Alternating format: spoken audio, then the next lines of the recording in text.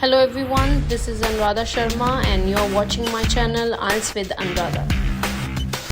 First, you have some time to look at questions 1 to 5.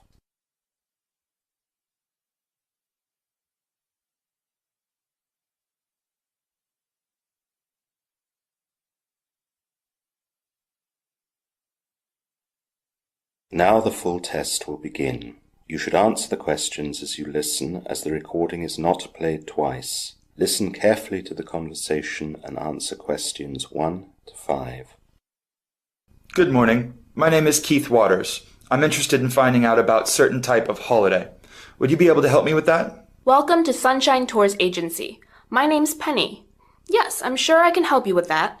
What exactly are you thinking about? My wife and I are interested in a cruise of the Mediterranean.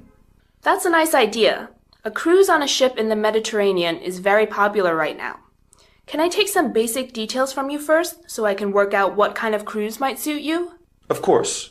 So your name is Keith Waters, and your wife's? Her name is Melissa Waters. Would you spell Melissa for me? It's Melissa. And it's just you and your wife? That's right. We don't have any children. Okay, let me make a note of that. Fine. Now, how old are you both? I'm 32 and my wife's 30. Thank you. Now I'd like to ask about your interests and hobbies. This will help in choosing the right cruise for you. We're both keen on traveling, of course. That's why we'd like to go on a cruise. We're also quite sporty. We both swim and jog quite a lot. We're interested in cinema and history. Melissa is also a keen fiction reader, but I prefer nonfiction. What kind of budget were you thinking about? We can spend between $7,000 and $11,000 on the trip. As cheap as possible, of course, is best. Right. I've got all that down.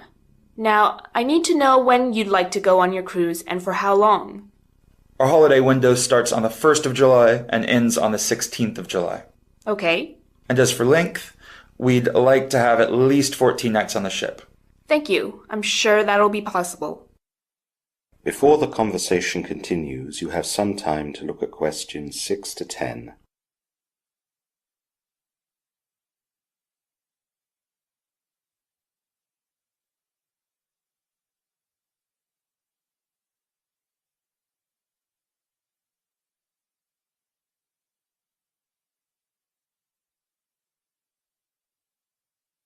Now listen carefully and answer questions 6 to 10. Right. I've got all that down and I've got some ideas for you. I'll just make some notes while I listen, if that's all right. Of course. So, we have 2 boats that fit the dates you want. They sail on different dates, so that gives you some flexibility. First of all, I'd like to suggest the cruise on the boat the Maria Cristina. It's a Spanish boat, and you'd fly to Barcelona to join her. The cruise from there costs $10,500 for both of you, although the flights to get to Barcelona will be extra. With that, you have all food and drinks free during the voyage. You get an inside cabin, which means that you don't get a sea view, but you can upgrade to a sea view for a further $800. They have a cinema on board with different films every night, and there are also lectures on the places where you will be visiting. There are also classes that you can do, for example, painting, cooking, art appreciation, and others. That's just in our budget, but an upgrade would put us over. Yes, you'd have to do without the upgrade. Travel insurance is incorporated within the price, though. What about the next one? That's the Sea Queen. This is also a Spanish boat, but it sails from Marseille in France and follows the same route as the Maria Cristina. Barcelona is the last stop before arriving back in Marseille. This costs $9,000 for both of you, but this includes the return flights to Marseille.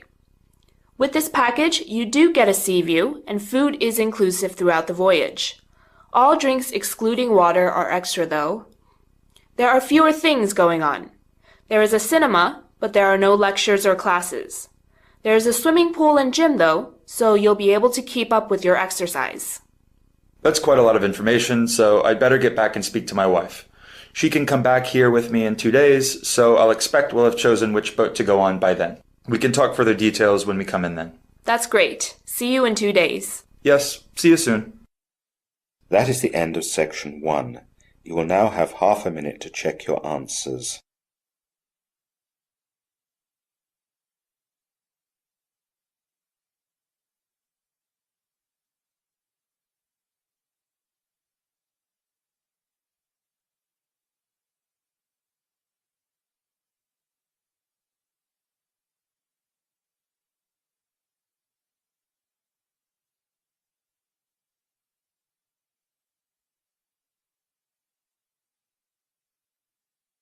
Now turn to Section 2. Section 2. You will hear a man and a woman on a radio program as the man gives an information talk on a reading charity. First, you have some time to look at questions 11 to 15.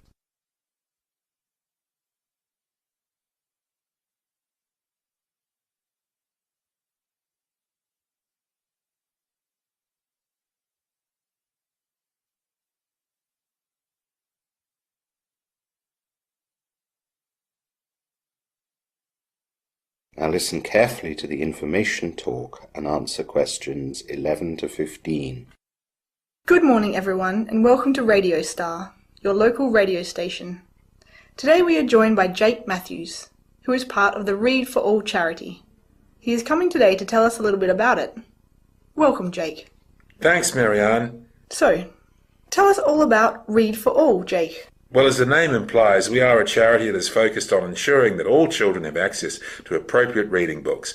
It has long been acknowledged that reading is an essential part of education while growing up, and children who read a lot do better at school than their peers who do not read a lot. Our plan starts when children are very young, so of course we therefore need to aim at parents, and chiefly low-income parents, to educate them about the benefits to their children if they are read to. Many children who read a lot develop this love of reading when their parents read to them. If we can get this happening, then more children will grow up with an attachment to reading that will affect them positively for the rest of their lives. How do you educate the parents? Our key focus is at hospitals where children are born. We have plenty of leaflets about us, and we have volunteers who visit the areas where parents are in hospitals and distribute these leaflets.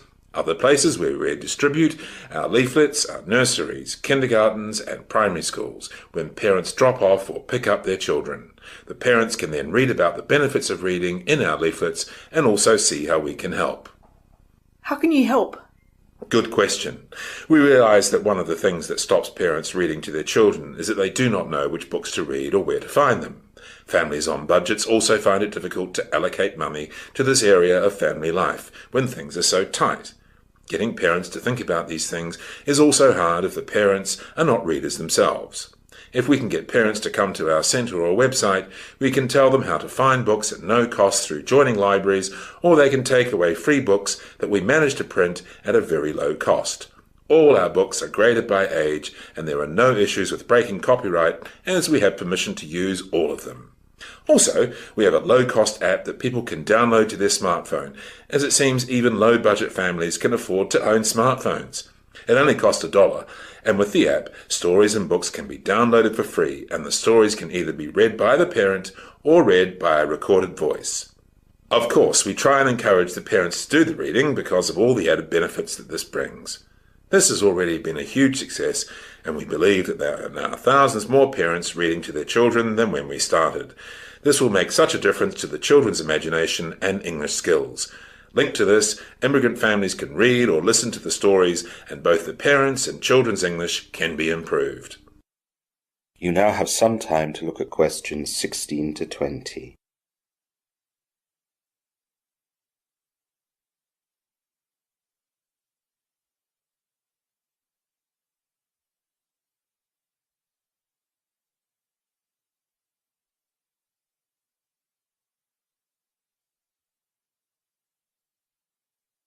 Now listen to the rest of the information talk and answer questions 16 to 20.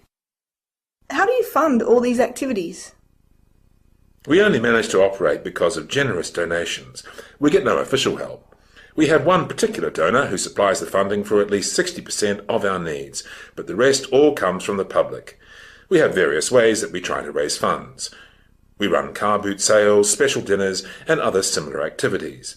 We also ask people who use our products a lot to make a modest and optional donation, if they can afford it. Do you get enough money each year then? Not always. Sometimes we make a little more than we need and sometimes a little less, but at present it all evens out in the end. We'd do better with more money though. I'm sure many of our listeners would be keen to help out.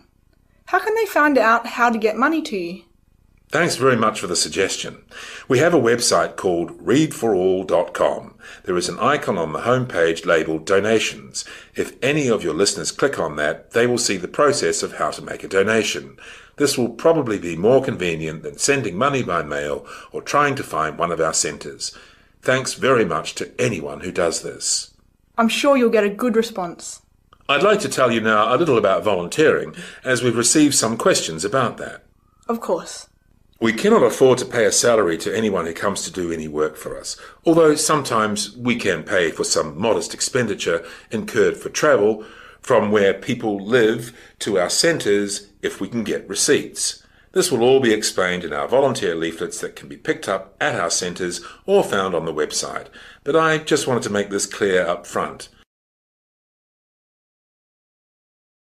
Now I'd like to let people know about where to come if they'd like to volunteer. The best place is to come to our town centre offices. To get there, you need to travel to the city centre and go down Ballard Street, which comes off the roundabout in the town centre. Go down Ballard Street and take the second right. You'll recognise the turning as there's a cinema on the corner. Across Ballard Street from it there is a police station, so you go down the road on this turning for around 100 metres. On the left are our offices above a car dealership. It's pretty easy to find us. If you come by car you can park on the street, and there are of course lots of buses that go to the town centre. If you can't find us, give us a call or ask for directions to the main town post office, which is right opposite our offices. That is the end of section 2. You will now have half a minute to check your answers.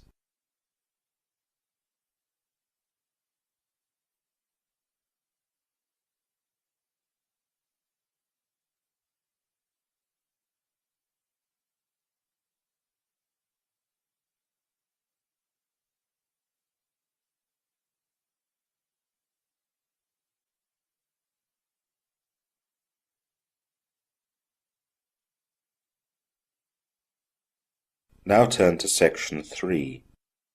Section 3. You will hear a university teacher and 3 of his students discussing the students' upcoming economics essays. First, you have some time to look at questions 21 to 25.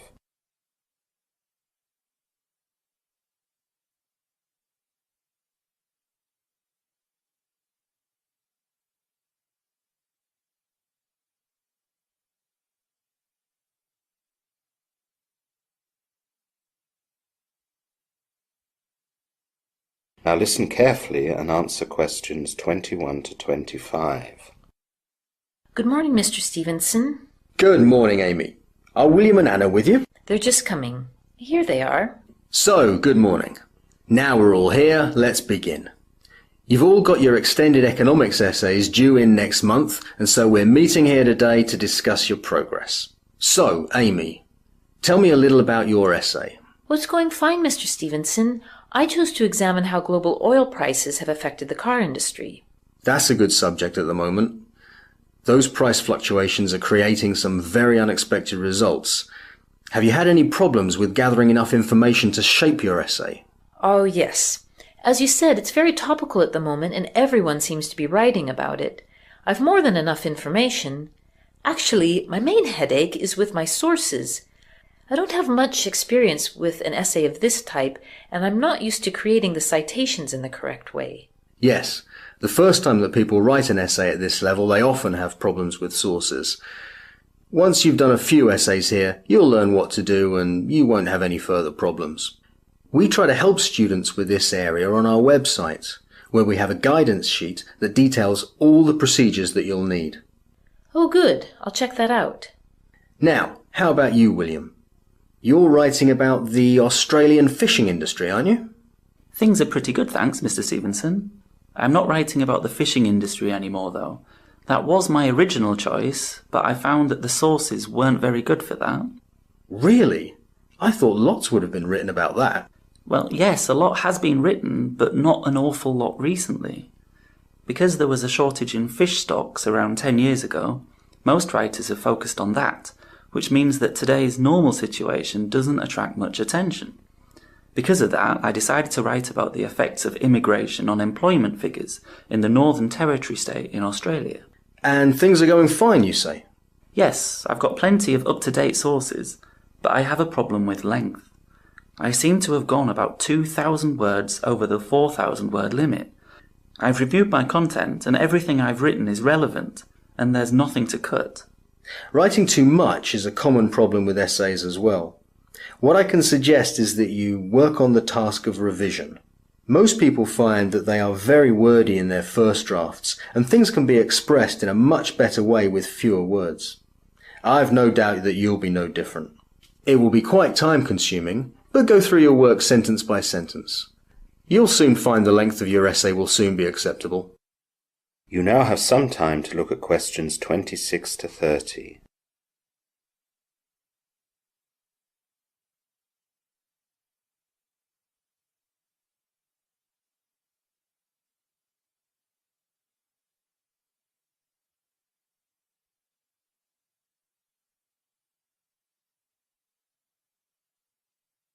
Now listen to the rest of the discussion and answer questions 26 to 30. That just leaves you, Anna. How's your essay going? Not so well, I'm afraid, Mr. Stevenson. I've had lots of problems getting started because other essays were due for other teachers. When I was finally ready to start your essay at the beginning of this month, I got ill and I spent quite a few days in bed. I even went home to my parents' house so I could recover properly. Oh dear, that's quite serious. Do you think you'll be able to submit the essay by the deadline? I don't know. I'm finding it hard to settle down and put in the amount of work needed to do a good job. I find the library distracting because of all the people coming and going, and my housemates are too noisy to allow me to concentrate when I'm at home. Maybe you could come to my special evening work sessions. It's just a quiet time when students who find it hard to work independently at home or in the library can work without being disturbed. I'll be there as well, so if you have any questions, you'll have no delay in getting an answer.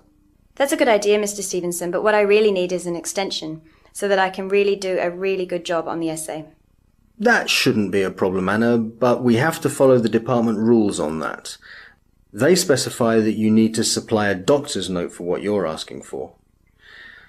If you can do that, then I will fill in the application form for you and approve it. Oh, I didn't think of that. I'll need to go back and ask for it. It shouldn't be a problem. Doctors in this town are used to providing them to support extension applications for students. Okay. Now, are there any other problems about the essay? Well, there are a few things. I'm still not sure about a good subject. I was looking at a couple of things and I found good resources on both of them. My first idea was looking at how tax breaks offered by the Australian government can stimulate overseas investment. That sounds as though it has possibilities. Yes, but it got rather overcomplicated, as tax often is, apparently. So what else have you thought about? I was stuck for quite some time. I researched a lot in the library and online, but as I said before, I found it hard to concentrate. You should have come to see me. I told you at the start that it was fine to get advice from me for choosing a topic. I know, I just felt I should do it on my own. In the end, I looked at a historical overview of imports and exports between Australia and New Zealand. It would mean I would have to travel to New Zealand to check resources there, but my dad said he'd pay for that. I also could avoid having to deal with tax, which would be a bonus. That's certainly more straightforward, yet should also be academic enough to fulfill the requirements of the essay. It is, but I found the subject rather boring. My first topic was more complex, but much more interesting. Well, let's let the others go and we can discuss your topics now and make sure that you've chosen one by the end of our time. Okay, thanks so much, Mrs. Stevenson. That is the end of section 3. You will now have half a minute to check your answers.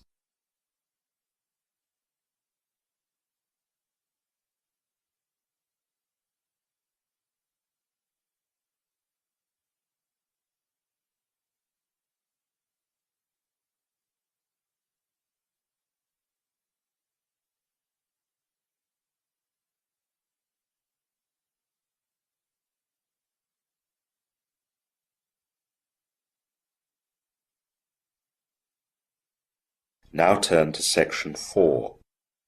Section 4. You will hear a lecture on the signature. First, you have some time to look at questions 31 to 40.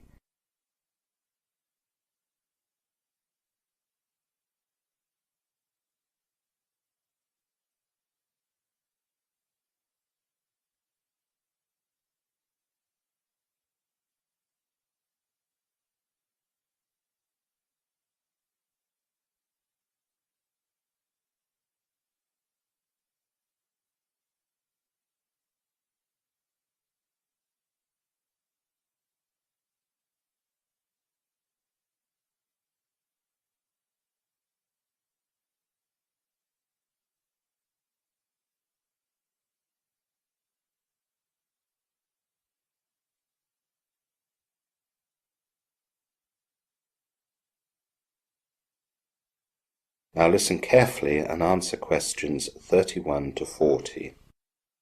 Hello everyone. Today in this lecture we're going to look at the signature and how today the e-signature has developed. In a culture of literacy and documentation, people obviously have always needed reliable ways to identify themselves and to be identified by others. This could be for creating charters, contracts or wills, or for witnessing a document. Signing one's name by hand on paper has become the authoritative convention for this, and one that is closely aligned with our own sense of identity. In addition, signatures are important in legal documents, since by signing a paper document, the contents can become enforceable against the signatories. The Sumerians, in the 5th to the 3rd millennia BC, are considered the originators of writing, and these ancient people also developed ways of authenticating who wrote things. The Sumerians created seals, or intricate works of art carved in clay tablets, to identify possession. In many civilizations throughout history, people have used symbols and other marks to authenticate or acknowledge writings and drawings, and even to accept the contents of documents. The earliest actual handwriting signature we have has been traced to the year AD 439, and is attributed to the Roman Emperor Valentinian III. Signatures are connected with graphology, which is the study and analysis of handwriting, especially in relation to human psychology. Graphology is a science originated in the mid-1600s, when an Italian professor, Camillo Baldi, wrote a book about how one can learn about a person's character and personality by looking at his writing. After the book was published, the study acquired a large following and spread widely. The Frenchman Jean Michon became the first to use the term graphology, applying two Greek words to describe the new study: grapho, meaning to write, and logos, meaning knowledge. Michon's contribution to graphology is immense. He formed graphological societies, published magazines, and founded an academy for the subject. His approach was rather uncomplicated. He would study only the separate written elements instead of a more complex approach.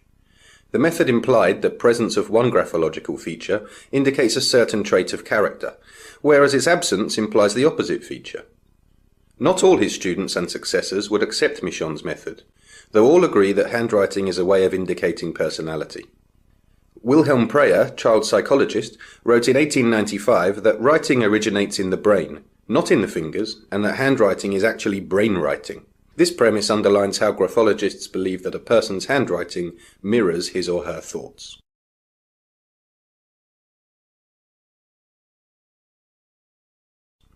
Signatures were of particular interest to graphologists, but technology may now have made the handwritten signature obsolete. Technology companies in the 1980s and 1990s created instruments that let businesses send signed contracts across the globe in seconds. These technologies, now known as fax machines, email, and the World Wide Web, were considered major breakthroughs at the time. However, many people still questioned whether contracts that were signed and shared via fax, email, or internet would hold up in court. This led to what has become known as the electronic signature. In law, the one indispensable characteristic a signature has to possess is that it must physically add something to the document, and that the signature will leave a physical mark or trace upon its surface. Electronic documents do not satisfy this condition, and the signature, like any alteration to an electronic document, does not leave a trace, or if it does, it is at such a microscopic level that it is in practice invisible. It looks nothing like the marks that have been accepted in law as constituting a handwritten signature. In 1996, the United Nations looked into the topic of e-signatures and developed a framework with the purpose of encouraging e-commerce by providing a series of internationally acceptable rules. These rules removed many of the obstacles that had prevented foreign businesses from conducting electronic transactions in the past, and ensured that electronic contracts would legally receive equal treatment to paper contracts going forward. Many online businesses work with a click-to-agree basis. However, the desire for and utility of a handwritten, unique electronic signature is still apparent. Such a tool acts to enhance legal verification and adds a human touch to otherwise impersonal electronic documents and business deals. To fill this gap, lots of electronic signature software can now include options for the signer to provide a hand-drawn personal electronic signature. That is the end of section 4. You will now have half a minute to check your answers.